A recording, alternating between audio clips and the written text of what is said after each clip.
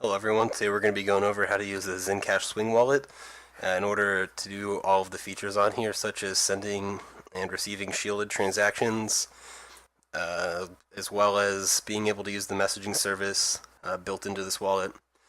So the first thing is, if you haven't already downloaded the wallet, it's very simple. You can actually just go to zencash.com to their website, and in the very middle of the screen you'll see get a wallet. So you click that. We can come to, well, you see Windows, Mac OS, Ubuntu. I have Windows, so I'd click full client. And actually, I already have the wallet downloaded, but here I'd actually click the first one that just says ZenCash Desktop GUI Wallet. That'll download a zip file that I actually can pull up right here. You'll see this as various files inside of it, but you're just going to want to extract this all into a single folder. You can see I have this already pulled up into a folder here, and when you want to open it, you just double click the ZenCash GUI wallet. Make sure you click the one that says application, not icon. Icon will just open a picture, but it's not going to mess up your computer or anything. But once you have it up and running, you should, it'll maybe take a little bit to open, depending on the speed of your computer. But once it's open, you'll be welcomed with a screen like this. Obviously, you're not going to get any Zen to begin with, but we're going to show you how to fill it up. And you should also pay attention to the bottom right hand corner where it says blockchain synchronization 100%. You'll actually need to download the entire ZenCash blockchain, which is dating back to, I believe, the end of May 2017, so a little over a year worth of transactions.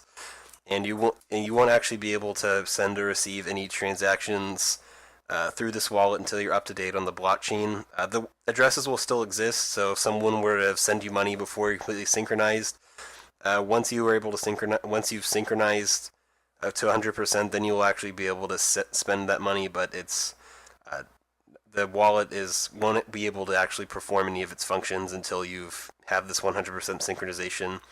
All right, so the first thing you want to do is actually fill up the wallet, and a really easy place to go is just the ZenCash faucet.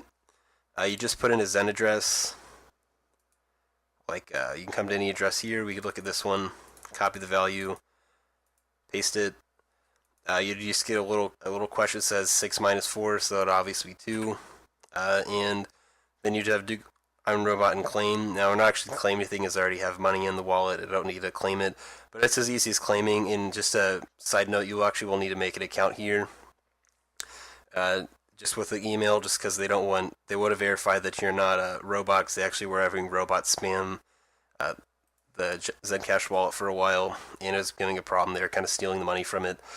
Another place you can go, I know some major exchanges like Binance and Bittrex also hold ZenCash, so if you're familiar with cryptocurrency and want to be able to trade on these, already trading on these exchanges, you can grab it there, and then just send it to whatever address on the wallet you want, and you can just copy that value by right-clicking and hit copy value in whatever address you want to send it to. Just keep in mind that most of these, you can notice that ZN is the shorter ones, and ZC is at the beginning notation of the longer ones. ZN means it's a transparent address, and ZC means it's a private shielded address, which means essentially it's private. You won't be able to see the amount of money sent to it, or where it's sending from, or even the wallet address name on the blockchain. Just keep in mind a lot of these places that I believe the faucet also won't let you use the private or shielded addresses, so you'll have to use a transparent address, which are generally shorter and will always have the ZN notation in the beginning. But now once you have money on one of your addresses, we can actually do what's called performing a shielded transaction, which means that it's going to be sent without having any of not knowing, the blockchain won't be able to record what address was sent to or how much it was sent to. Well, I mean, the blockchain will be recording it, but not outside users wouldn't be able to look into it and actually see how much was sent. So I actually have some money on a shielded address already. You can actually, to fill these up, you might need to send it from a transparent address to your shielded address, and it'll be the exact same function. But we're just going to do it this way so we can actually have a true shielded transaction here. So obviously I have this stored inside of a shielded address. So we're just going to go ahead and pick one of my shielded addresses from this wallet. We'll just grab this one, just the shielded address right below it. You can copy paste that right into this bar. We'll have a little memo that says test on it. And the amount we'll send, I guess we can just send it just a very small amount, just for demonstrative purposes. just 0.001 Zen. Now another thing you want to pay attention to is the transaction fee. The wallet will actually default this to 0.0001 Zen.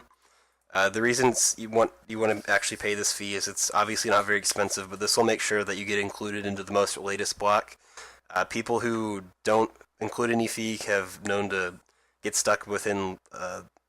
They're not getting included in any of the blocks because generally, unless you're actually paying a minor fee, you're not gonna get included. So this is less than 1 cent at the time of recording this video. I would just go ahead and pay it just to make sure that your transaction goes through smoothly.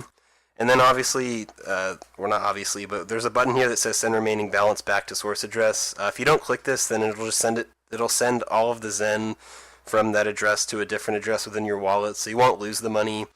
But it might be kind of annoying for you having to switch around address to address. But if that's what you're trying to, if that doesn't bother you, then you don't need to click this. I prefer to do it this way, so I'll just click the button. And we're just going to go ahead and hit send. So we're going to get some confirmations here.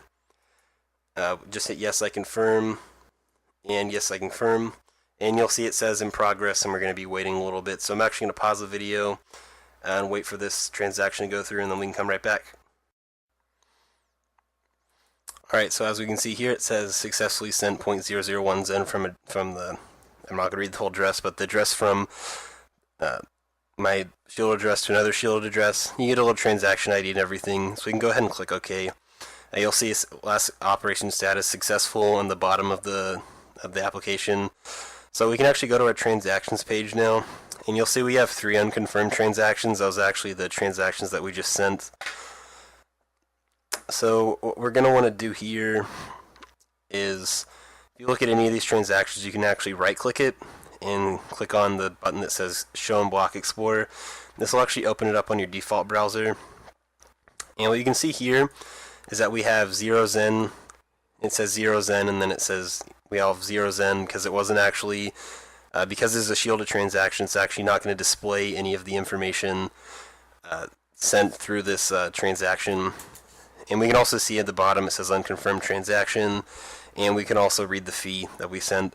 But this is generally what a shielded transaction will look like. It's just going to not show any of the addresses involved, so essentially you're the only one who would be able to know what actually took place in this transaction, or you and the person you're sending it to. So another thing you might notice is that we actually have 3 on here, and this goes back to what I was talking about earlier, where what it's actually doing is it was sending the full amount of that money from sending it back to the same address. So rather than sending it back to a different address, you can see that we have the same amount coming in as going out, except obviously it's 0.001 less because of the miner's fee, and then we just have that extra 0.001 going to the other shielded address that we sent it to. So just keep that in mind when you're doing these transactions, is that it's actually sending all of the Zen from that address out of the address and then back into the address. And if you didn't click this button, it would be sending it to a different address contained inside your wallet. So in order to move forward, we're actually going to wait for these transactions to get confirmed. So I'm just going to go ahead and pause the video again and come back when it's ready. Alright guys, so we're back. We can see now that these addresses have been, the transactions we have been confirmed on the blockchain. And just as a little, you can actually go ahead and open up your Block Explorer, and you can see bottom of the screen we have 1 confirmation, and pretty much that we're ready to go. You can see that no data is actually visible through this Explorer.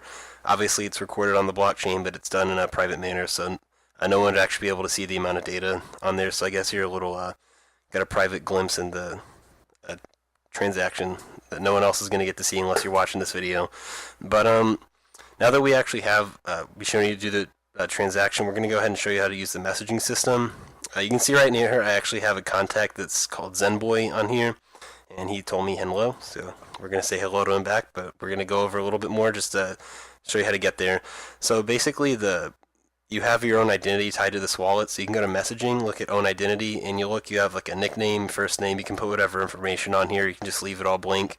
I do believe you need a nickname, but Other than that, you don't need to give any information you don't want. And you'll notice at the bottom that you have a transparent address and a private address associated with this, which is important because you're going to actually have to be paying for these messages to be sent. So just to go over that, you can look over here on messaging as well. If you click on options, you'll give an option say automatically add user to contact list. That's usually when you want to have checked off, and then the Zen amount to send with every address. So you can actually send Zen while you're sending messages as well. You can set that to however you want. We can just leave it as the minimum minor fee, and then also you want to have the transaction fee, because again, if you don't have this transaction fee, then your messages have a potential to not go through. So just go ahead, and it's fine to leave this all as the default, but you can adjust this to however you want to suit your needs. So the next step is actually getting people onto your contacts list, and there's actually two ways of doing this. You can go to your address book. You can type in the nickname you want to give them, so we can just solve A. Then you can actually type in whatever address whatever address the person that you're trying to contact has, whether it's transparent or private address, whatever they deem to give you. But the other option is actually importing it, so you can actually see that you can pull a JSON file, and we actually already have this on here, but you can see Zenboy messaging identity.json.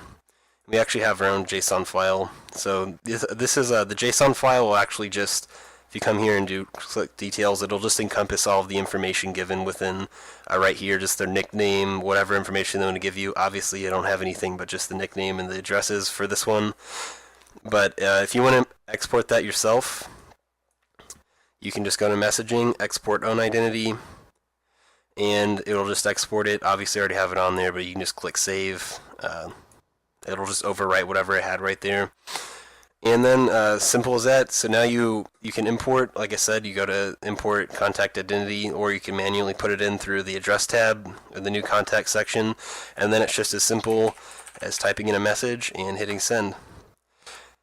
And so you will notice at the bottom right hand side of the screen, you see the in progress tab, which is just showing that this has actually having to be broadcast to the Zen network again. So this is like any other transaction. It's the same as sending money. It's just now you're sending a text file versus just a file versus data saying I'm sending this amount of Zen to him.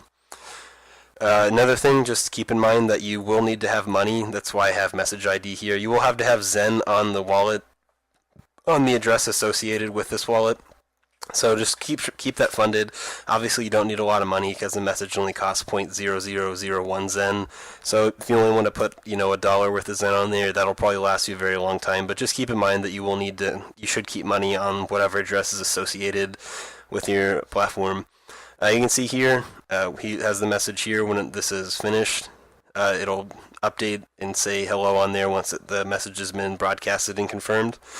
But as far as the tutorial goes, that pretty much sums up how to do all the major functions on this wallet, and I hope this is very helpful. Thank you.